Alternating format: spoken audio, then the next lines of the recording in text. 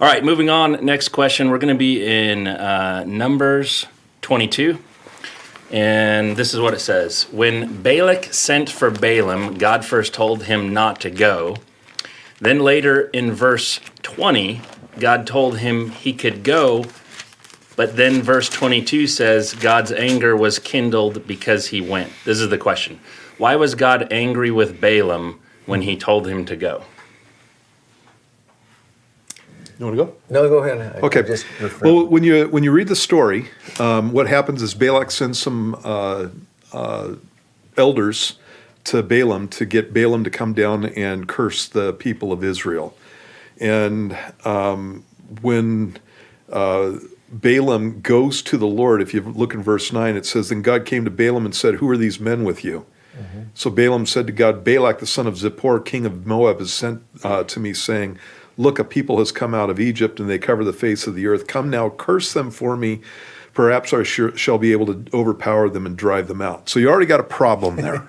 And the problem is that these guys want Balaam to curse the people of Israel. Use God for their benefit. Yeah, that's not a good idea. And God said to Balaam, You shall not go with them. You shall not curse the people, for they are blessed. So Balaam rose in the morning, said to the princes of Balak, Go back to your land, for the Lord has refused to give me permission to go with you. And the princes of Moab rose and went to Balak and said, Balaam refuses to come with us. So they go all the way back to Moab at this point. That's a long journey, by the way. Then Balak again sent princes, more numerous and more honorable than they, and they came to Balaam and said to him, Thus says Balak the son of Zippor, Please let nothing hinder you from coming to me, for I will certainly honor you greatly, and I will do whatever you say to me.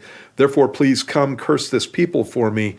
Then Balaam answered and said to the servants of Balak, Though Balak were to give me his house full of silver and gold, and right there you have a price. Mm-hmm. He just named his price. Full of silver and gold, I could not go beyond the word of the Lord my God to do less or more. Now therefore, please, you also stay here tonight, that I may know what more the Lord will say to me. And what Balaam should have said was, God already spoke to me. He already dealt with me on this. And so you just need to go home. But he doesn't do that. He goes, I'm going to go talk to the Lord again. And God came to Balaam at night and said to him, If the men come to call you, rise and go with them, but only the word which I speak to you, that you shall do. So Balaam rose in the morning, saddled his donkey, and went with the princes of Moab. And it doesn't say that they came to call for him. What it says is he got up early in the morning and went with the princes of Moab. There was no calling at that point, and that's why you see God get angry with him. Mm-hmm. Balaam all the time, the whole time, wanted to go with these guys because he was a prophet for hire. In fact, when you get to the New Testament in both Jude and in 2 Peter, Balaam is used as an example of a disobedient man of God, and in the fact that he corrupted himself for money. Mm-hmm. And so that's why you see the anger of God at this point. It looks like what Balaam did was, God gave an inch, Balaam took a mile, mm-hmm. got up in the morning, saddled his donkey, and was ready and waiting for these guys and took off with them. And without having fulfilled what God said in that instance. And then you see the whole thing where God is dealing with Balaam mm-hmm. through the donkey. Mm-hmm. It's a great story. Yeah. It's just interesting that, we can really easily go that way when you get away from, biblical principles. Even solid, mature believers can stray into areas where they want to do things for God, even for the wrong reasons. And God is always interested, you were talking about before, always interested in the heart. Mm-hmm. The heart. He's patient. He could have shut him down right away and just said, your heart is bad, you're done. I'm just going to zap you, you're gone.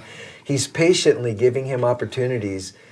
The testing of the Lord is not necessarily, it's not the temptation of the Lord. He's not tempting us to do things wrong. He's testing us to see where we're at. Not that he needs to know where we're at, that we need to know where we're at. Yeah.